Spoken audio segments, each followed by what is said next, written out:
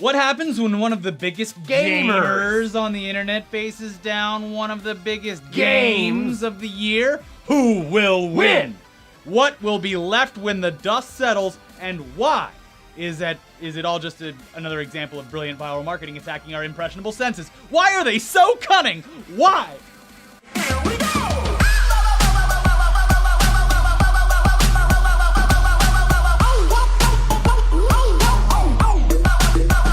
No, you fucking cuck! Peggy 18.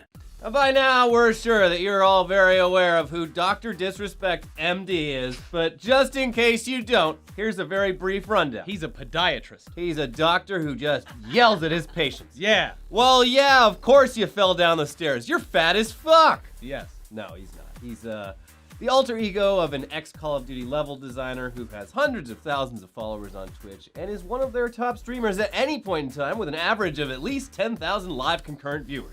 He started gaining popularity last year while playing H1Z1, mostly because of his over-the-top attitude and matching facial features, which include a mullet, a mustache, and some sick fucking sunglasses. He's been playing games for years, though, let's be clear. Yes. But Like, at least the last 6-7 years.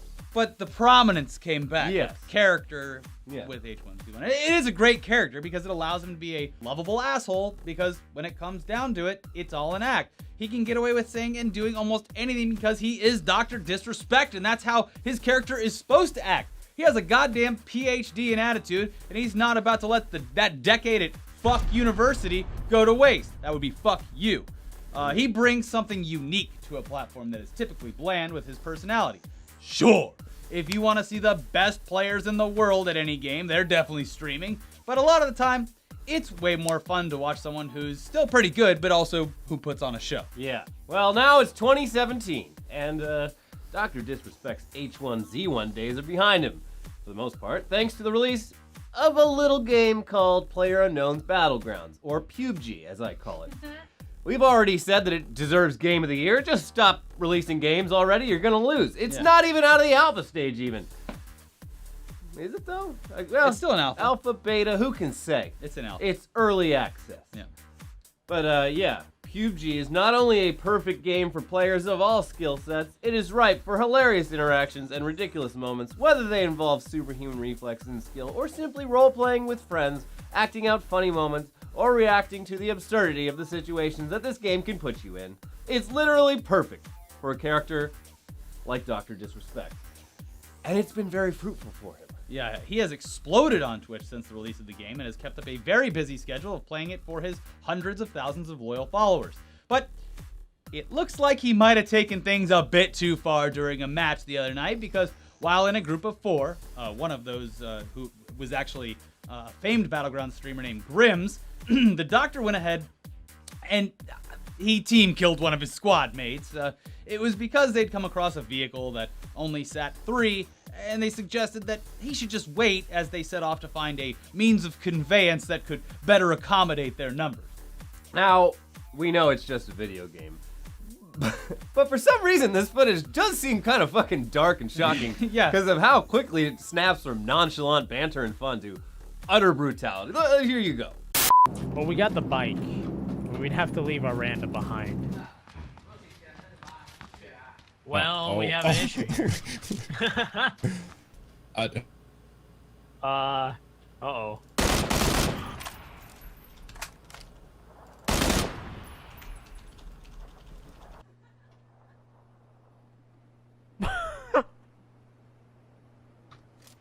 All right.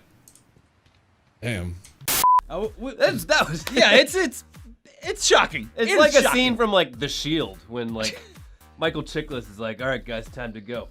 Yeah. Everyone's like, "Why? Why you just killed our partner?" He's like, "It's fine. We're gonna dump the body in the ocean." I mean, he did follow the rules of the movie Speed.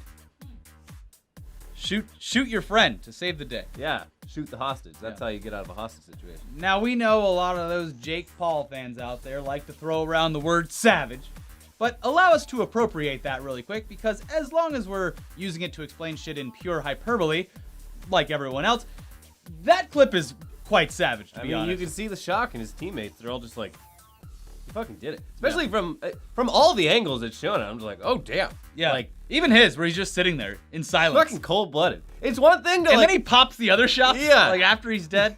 The old double Sad. tap. Yeah, I mean, it's one thing to kill an opponent in the game where you're both like trying. The guy was just there. And they was being nice too. Yeah. Go find a car.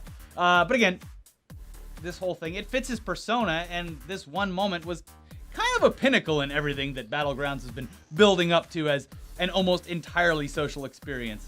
Sure, there are tons of people who actually play the game, but there's an audience that's just watching it that could probably rival the player base at this point, and they just witnessed two of its most popular players involved in activities that broke a very important rule in the game. Thou shalt not fucking team kill! And the punishment for such a blatant disregard for the rules is getting banned. Dun dun. Here's where we start treading into murky marketing water because, as you all know, there's nothing we love more than spreading rampant conspiracy theories based solely off of our years of experience in this space. Yes, Dr. Disrespect was banned from the game that skyrocketed him into becoming one of the top streamers on Twitch. He had his medical license revoked. Yeah.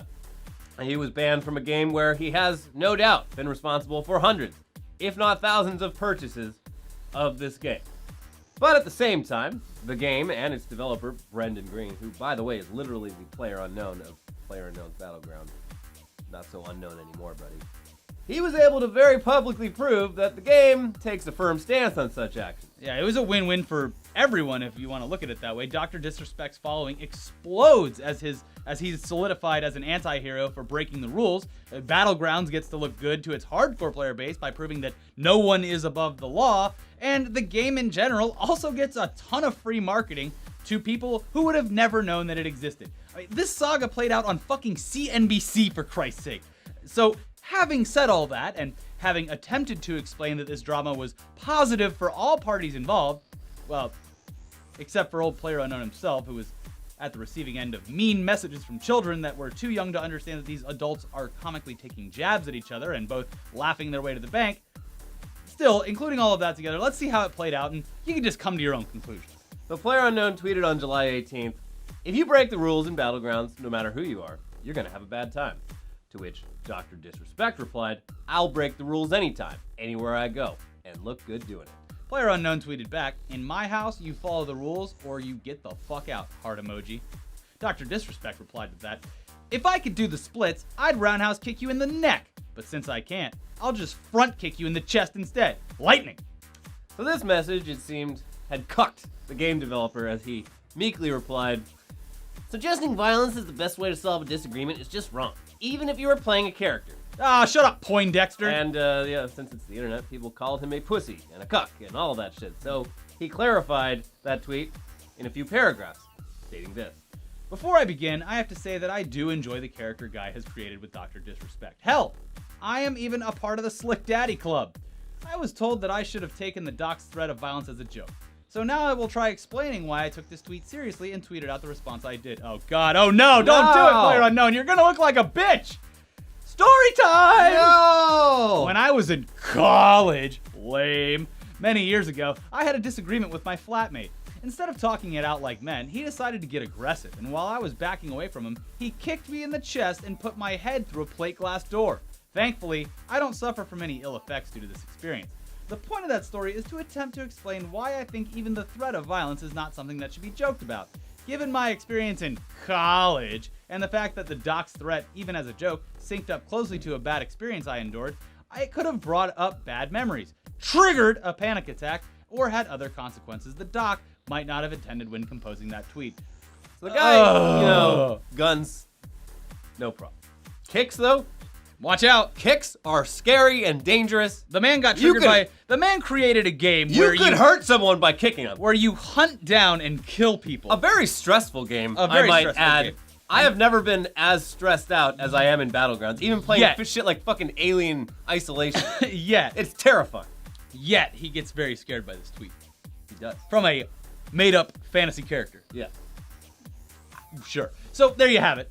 That was the end of the story for a day or two, as PlayerUnknown probably shifted his focus onto going back to improving Battlegrounds by adding unlockable clown shoes or some shit. And Dr. Disrespect shifted over to the Destiny 2 beta. But it wasn't long before Dr. Disrespect put his name to use once more because as of Wednesday, he was inexplicably back on PUBG? What? How could this have happened? Oh, he just paid for a new account, aptly named Glass Window in reference to the one that the developer was kicked through in college. Wow. That Very is disrespectful.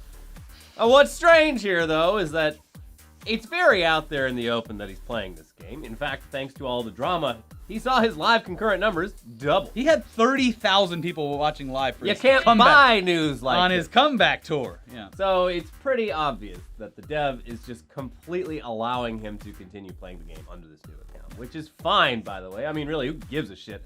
They taught the community the rules of engagement in a very public way, and now both Dr. Disrespect and the devs can continue ahead in their very lucrative adventures. P-Bug has whatever. P-Bug. I like that one. P-Bug has made $100 million, and Yeah. it's not even fucking out yet. Yeah. It's gonna make more than double that when it actually goes retail. It's for gonna be like $60. Minecraft for adults in the amount of money Yeah, that it and as makes. long as they keep adding fucking maps, They're gonna which have are They're gonna have a Telltale adventure game soon, probably. like the map. It's like, oh, it's 10 by 10 miles, and like, but half that shit is just obviously procedurally generated. They're just like, put a town here. It's like, okay, yeah. So yeah, bravo, I guess. Everyone's doing fine. But enough about good games and smart devs and savvy streamers. Let's switch gears to talk about Nintendo, who are none of those things. I'm sure you're all very aware that Splatoon 2 comes out this week, which is Nintendo's version of a family-friendly shooter where instead of bullets, blood, and guts, you get cute characters shooting paint all over each other. Esports game of the year. It is an esport. This game is being released on the Nintendo Switch, but, you know, since it's the Switch, of course there are fucking problems getting anything to work properly. It's almost as if they finished the Switch and said, fuck! We forgot to implement even the most basic party chat abilities in this goddamn abomination. So now it's up to you, the user, to pretend you're a telephone operator from the 1950s and just figure out what to plug in at any point in time to play the game while listening to the game audio and hear your friends and chat with them all at the same time using not only multiple accessories and wires, but also an entirely new app. Yeah. I mean, it's a shame none of the other, gaming companies solved this problem 10 years ago. Or the fact that anyone with a brain could just say, hey, let's just download Discord on our phones. Yeah. But good news, though, streaming videos finally come to the Switch's web browser, so, It doesn't have a web browser. well, whatever. You can stream stuff now. Oh, okay. But yeah, back to this chat bullshit. It's stupid. I don't care if you love the Nintendo Switch, or this game, or Mario, or whatever. The fact that in 2017 you have to use multiple workarounds in order to play an online multiplayer game with your friends is fucking stupid! It's dumb. Which brings us to the app. Did we say the Switch was an abomination? Well, we may have spoken a little prematurely, because that title should obviously go to the app that you are forced to download in order to even start hooking up that convoluted wire system. The Eurogamer, they did a great write-up on just how bad this communication app is, and again, even if you're a Nintendo fanboy, it's bound to piss you off. Here's how those Europeans describe it. First, you'll need to head... First, you'll need to head to the... Oh, hurry to go All this Switch is too complicated. There are many wires. First, you'll need to head to the online lounge in Splatoon 2's multiplayer area. From there, you'll be prompted to create a room, and you can push a notification out to your phone.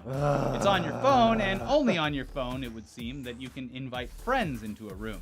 Now, they continue with their article. The voice chat itself seems extremely limited. Unlike with Skype, if you flick aside to another app on your phone, you'll lose the ability to talk to your friend.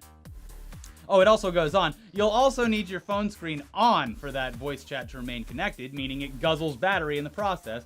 It's an almost aggressively limited service, and this is before we get into the mess of cables you'll need if you're going to want to play online with headphones in the Switch's handheld mode, something which it would seem is only possible with a separate splitter available elsewhere.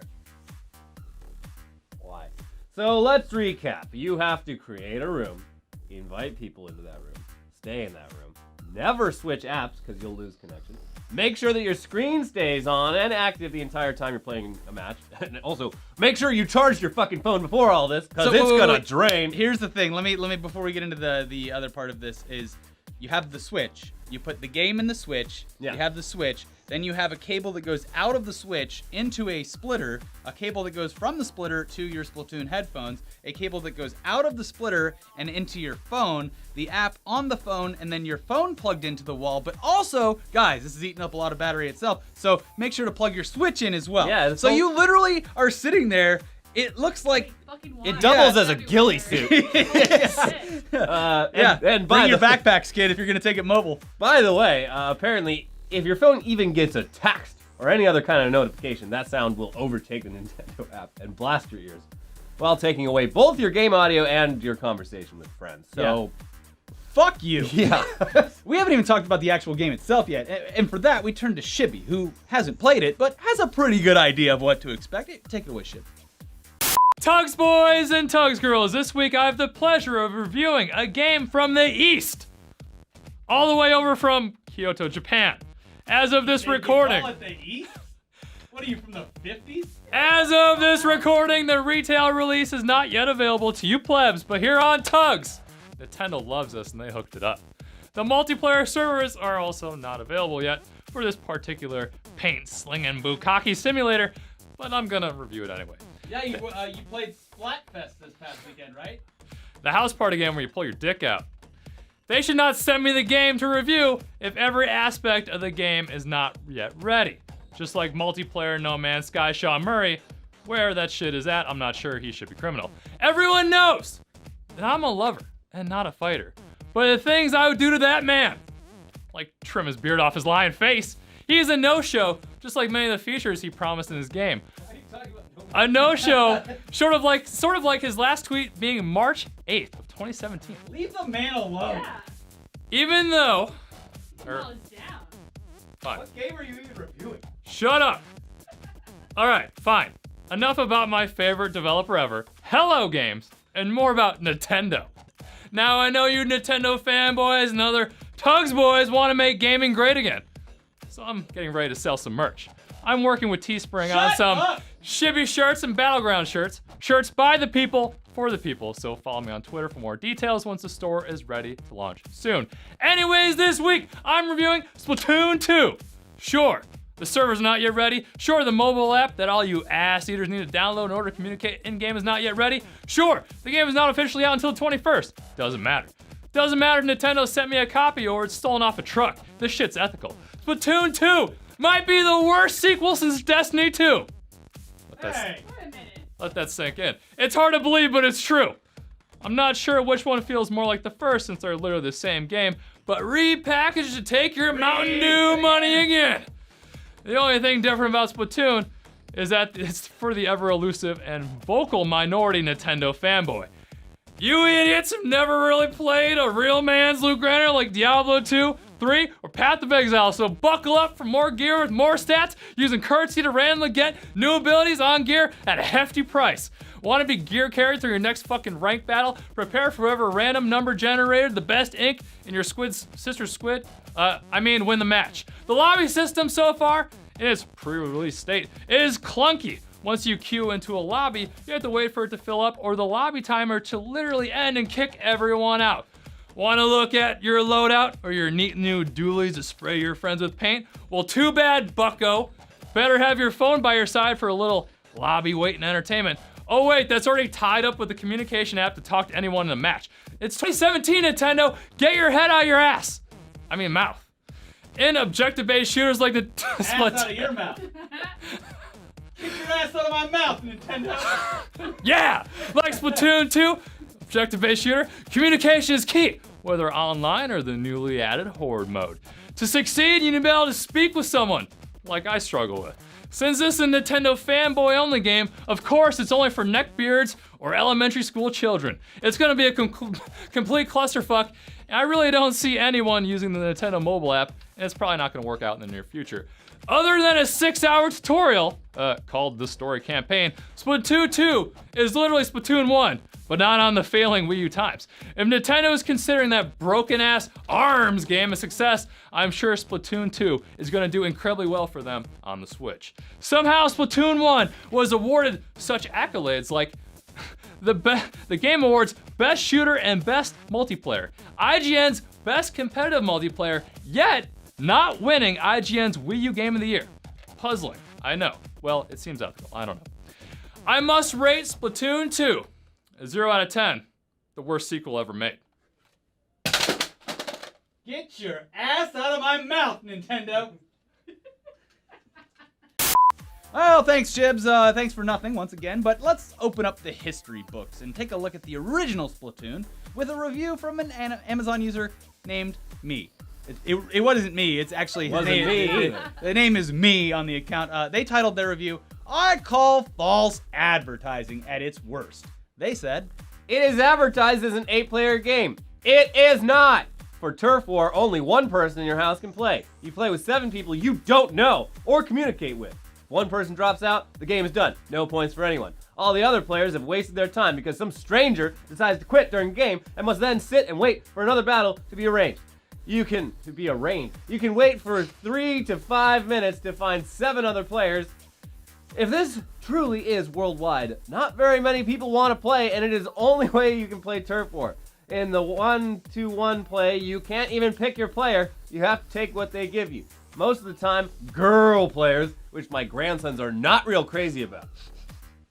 Wait, "This is one angry this grandpa." is a grandparent right here? Yeah. Wow. I'm an angry grandpa. I mean, I thought this person was really lame when I was picturing them as someone my age, but this is actually one of the coolest grandparents I've ever met. They really care. They really about got this. into this game. Yeah, that changed They know my perspective. some very unique minutia. Grandparent is taking, not only buying the game for their grandkids, but monitoring. Spending time with yeah, them. to be like, and like getting feedback. Yeah. Doing some work that the devs should have been doing this whole time. And then taking that feedback online, where it matters most. Yeah. Helping the consumer. I'm on Me's side now. Yeah. But Me continues. Yeah. One player plays on gamepad and has an advantage because he can also see TV where other players must play, so it makes it easy for him to locate and kill the other player, as the TV player cannot see where the other player is to locate him. Oh, this grandparent found out about screen looking when you play with your brother when you're Yeah. a kid. Yeah. They just look at your screen. As hard as it is to find a battle available for Turf War in a year, who will be interested in playing it? Why not allow players to play people in their home or against computers for Turf War? This was a waste of time, certainly not a family game, and not worth the money. A big disappointment to our entire family. You have brought These shame. are all valid points. They got it on the fucking Wii U, right? Yeah, Wii U. They wanted it as a family game because the Wii U was marketed as a family gaming system. And even the most basic aspects of family gaming fail in Splatoon. This grandparent, Me, this person should be on the payroll of Nintendo. yeah. This person should be testing all of their games so they could prevent things like this whole TeamSpeak fiasco on the Switch. Granddad would not approve of this. Nintendo brought shame on I his feel like family. I'm back in the 50s with all these wires. Exactly. He would hate if he hates Splatoon, wait till he gets his hands on Splatoon 2. Oh, Yeah. Granddad Me is gonna have. Luckily, I worked as a real- telephone operator in the 50s, so I know what to do with I it. worked as a switchboard operator in the Korean War. Yeah. And take that, Splatoon is a worse experience than that. I'd rather go back to the Korean War than play this game. Whew. Anyways, guys, you're already following Dr. Disrespect. Why don't you give us a follow on Twitch, twitch.tv/etc_show, twitch.tv/ElliotETC, ELIOTETC. twitch.tv/It's Ricky for the win, ITS, RICKYFTW, and please do watch our latest episodes over on the ETC channel. We have a brand new episode of Tech News Day where Elon Musk thinks that AI is going to kill you and your family, so get your Splatoon in while you can. Mm-hmm. There are bigger fish to fry, as Jake Paul would say. Yeah, and then, speaking of Jake Paul. no, Dunkirk interviews instead. Oh, right. Please yeah, watch those. Watch my Dunkirk interviews. And then probably go see Dunkirk this Friday because it's really good. But only see it in 70mm IMAX. IMAX. Bye.